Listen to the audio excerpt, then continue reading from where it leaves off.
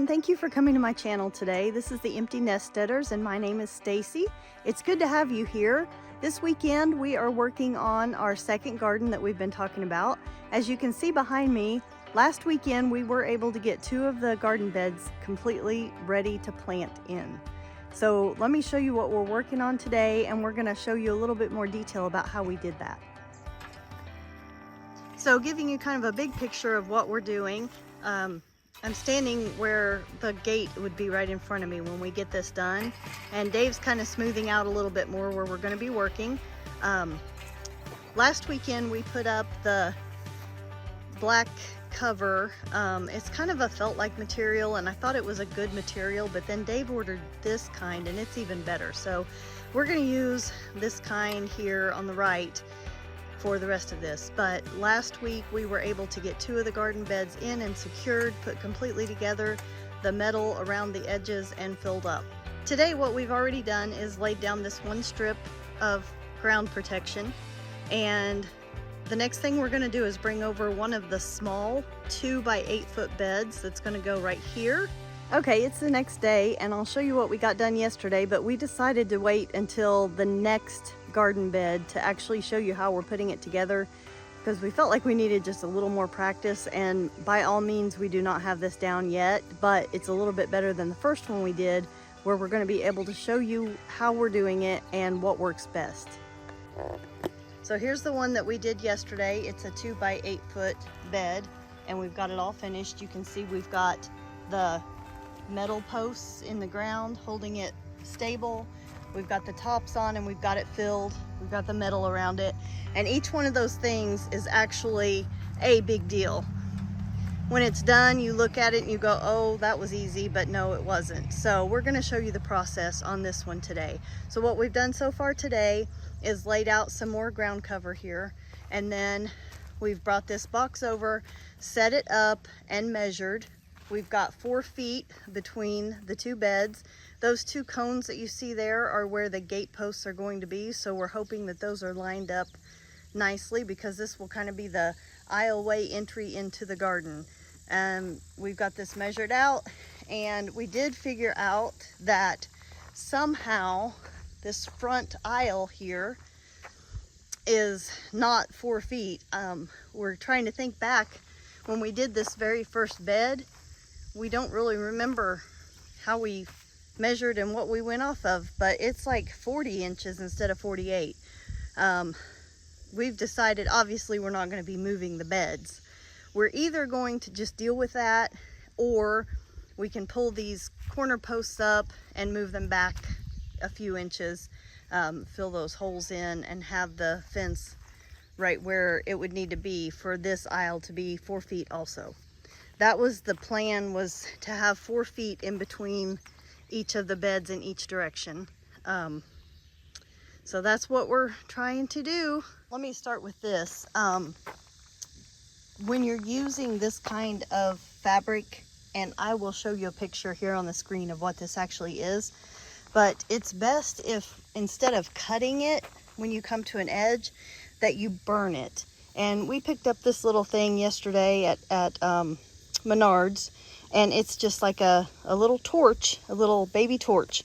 And Dave was using his big torch, and this is much easier to use. I think it was $1.98, and you can just put it right up next to what you're wanting to burn and melt that area. So he's going to be doing that to put the metal pipes in to hold this steady. This torch here is a whole lot more accurate than the larger torch I had yesterday. The larger torch, I realized that if I accidentally pointed in the wrong direction, I could burn a hole over there without even realizing that. This one I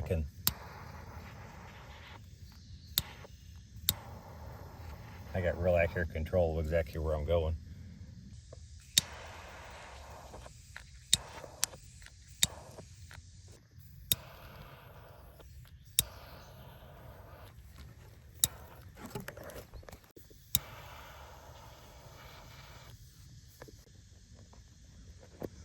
So the reason there are 4, and we're going to be putting 4 pipes in, is because we're going to put 1 on each side in the middle to keep it from bulging outward or moving, and then opposite corners to keep it from wobbling back and forth.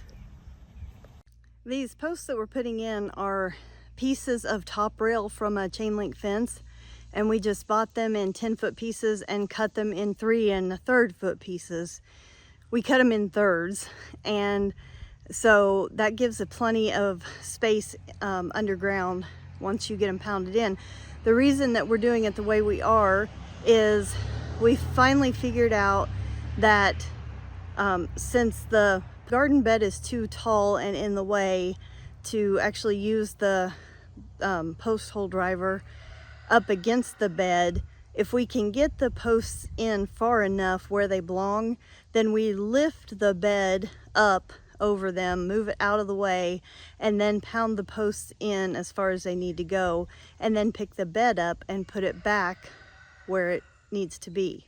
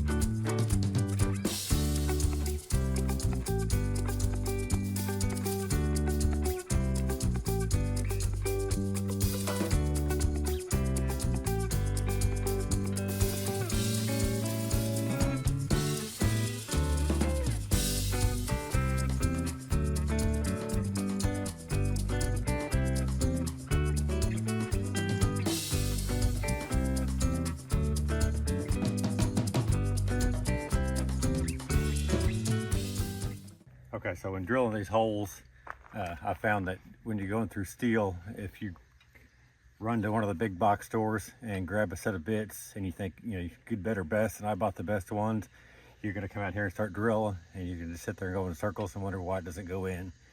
And all you've got to do is this bit right here. I've got here's a cobalt bit. I mean, it's got just a very small amount of cobalt in it, but that small amount of difference in it, like that, of the metallurgy of the bit, makes it where it doesn't heat up or whatever, it doesn't dull like the other bit does, and you can actually go through it then. So now when drilling with a cobalt bit, one of the differences you'll see is right there where the bit is actually meeting the steel, you'll actually see the shavings coming off of the bit.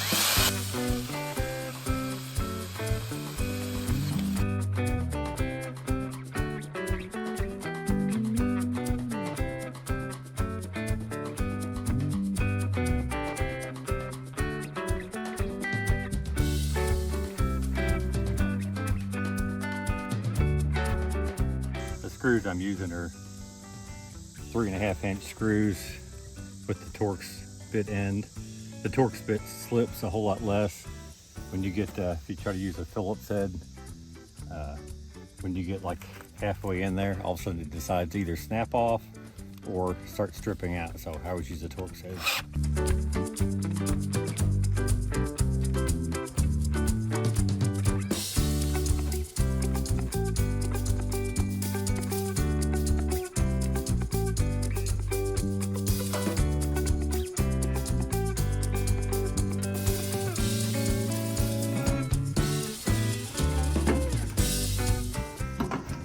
Next up on this garden bed is our favorite part, and that is very sarcastic. That is getting the metal around the inside. And a lot of the reason why this is difficult is you have to meet back at the beginning exactly on a, what's it called, Dave? A hat. A hat. So that, yeah, that right there. And it's very possible, but the 2-foot beds are different than the 4-foot wide beds, and it was more difficult. But now that we kind of have an idea of how to do it, hopefully we'll just be able to show you how this is done. So the way that we're starting this out is by taking one of our pieces of metal that we have cut to 2-foot height, and it is, how wide is it, Dave? This one's 2 foot out to out here. I mean the metal, it's 36 inches. Okay, and so of course the bed is only 24. So what we've done is, before we've even tried to put it in here, is we've bent and made it kind of the shape of the end of the bed. So we're going to try to put that in there, and the better we can get these corners shoved into the corner of the bed, the better this particular one is going to fit in the end.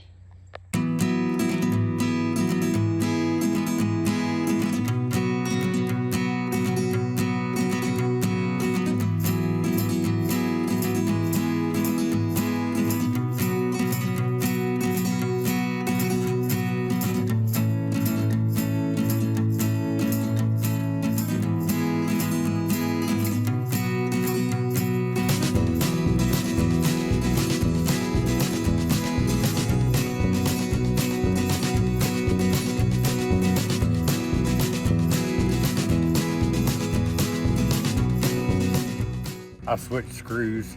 Not that there was anything wrong with the screws I had before, but I just happened to have some roofing screws that have little gaskets on the top of them. And so when I went to buy some more, I realized I didn't need to pay for that gasket because I'm not trying to waterproof a roof or anything with this. So I've just got these, what are they? I think they're 3/4 of an inch long. Yeah, 3/4 of an inch long screws is what I'm using. And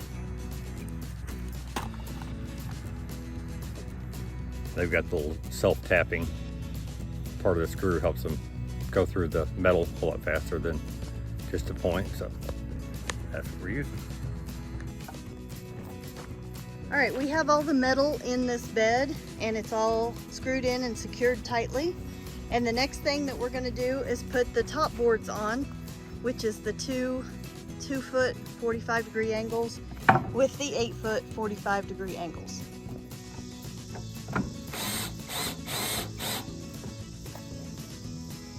And just real quick before my battery dies and we go in to take a break, here are the top boards that are sitting on here. We just have them sitting here. He has just started screwing those on, and they're fitting very nicely. So this is kind of a no-brainer. We're not going to show all of this because my battery is not going to last. Okay, there it is, all finished, all put together. All of the metal along the sides, there's what it looks like. And the next step is to fill it up. Okay, we took a break and now we're back out here and we're going to be filling the bed. You may wonder, with beds this size, you see how deep this is. It's 2 feet deep, and I've got 2 of them this size. There's going to be a total of 5 of them that size. That's a lot of dirt. Well, I'm going to show you what we're doing. We did get some good garden dirt delivered, and we've been using this to fill the tops of the beds, but we've got a little secret. Let me show you what we're doing.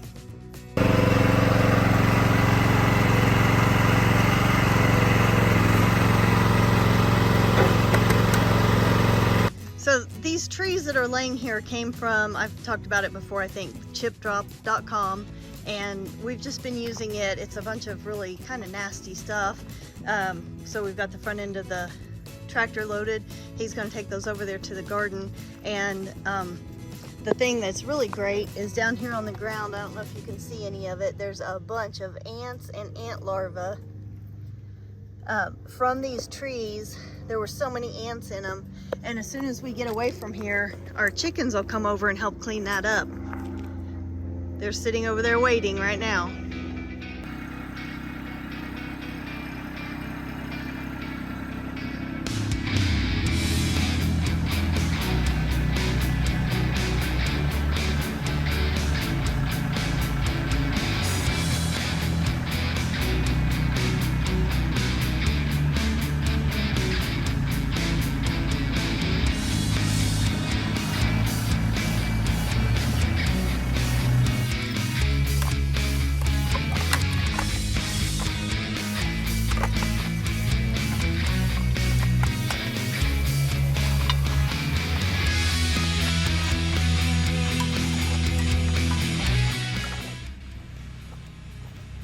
We're heading back out here to get a little bit more wood to fill that up, which I'll show you in a minute, but I just wanted to show you, before the tractor scares them away, how happy these chickens are cleaning up our mess.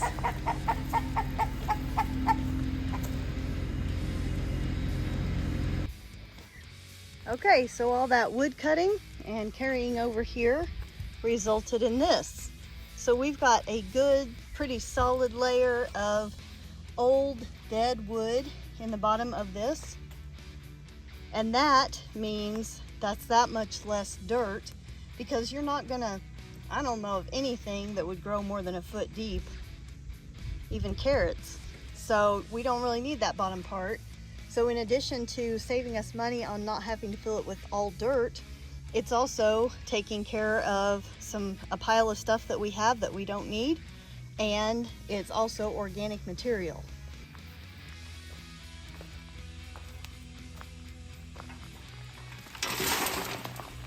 So right now I'm just dumping it's nothing more than wood ash from a little pile of stuff I had over there that I burnt up.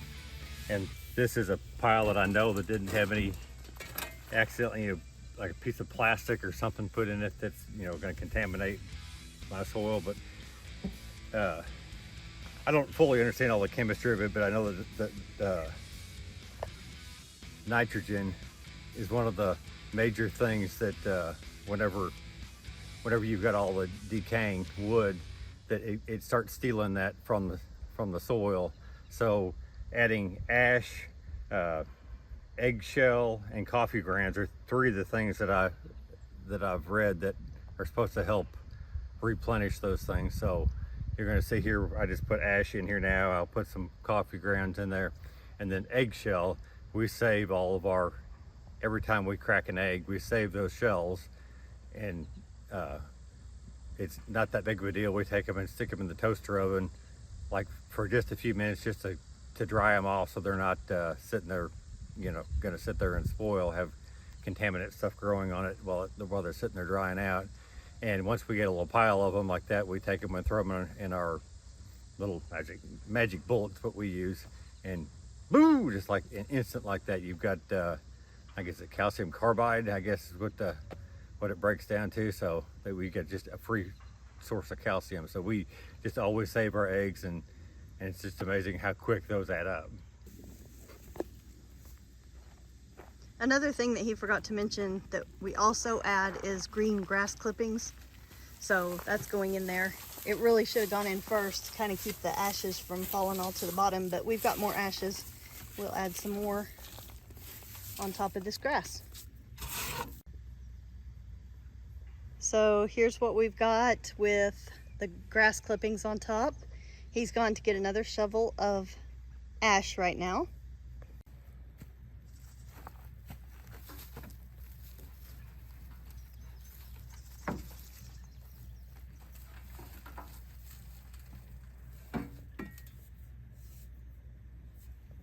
Here's what our container of ground eggshells looks like, and I've put half of that container in here on top of the green grass clippings and the ash. Next comes coffee grounds. And here we are with the coffee grounds on top. So those were in a Ziploc bag. We just, after we use them, we save them in a small container, and then when that container gets full, we put them in the Ziploc bag and freeze it. And this is what our hands look like when we're done. So now you can see that we have a whole lot less garden bed to fill up than we would have if we would have not done this. It would have cost us at least twice as much in dirt to fill these all up if we weren't doing this.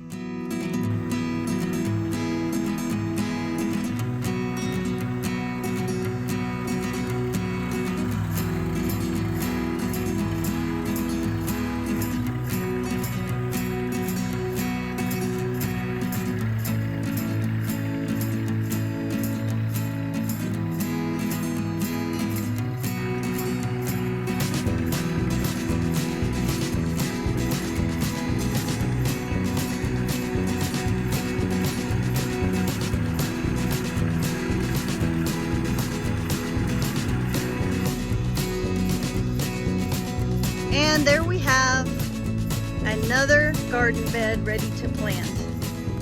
Like it was nothing, right? No sweat. It's coming along.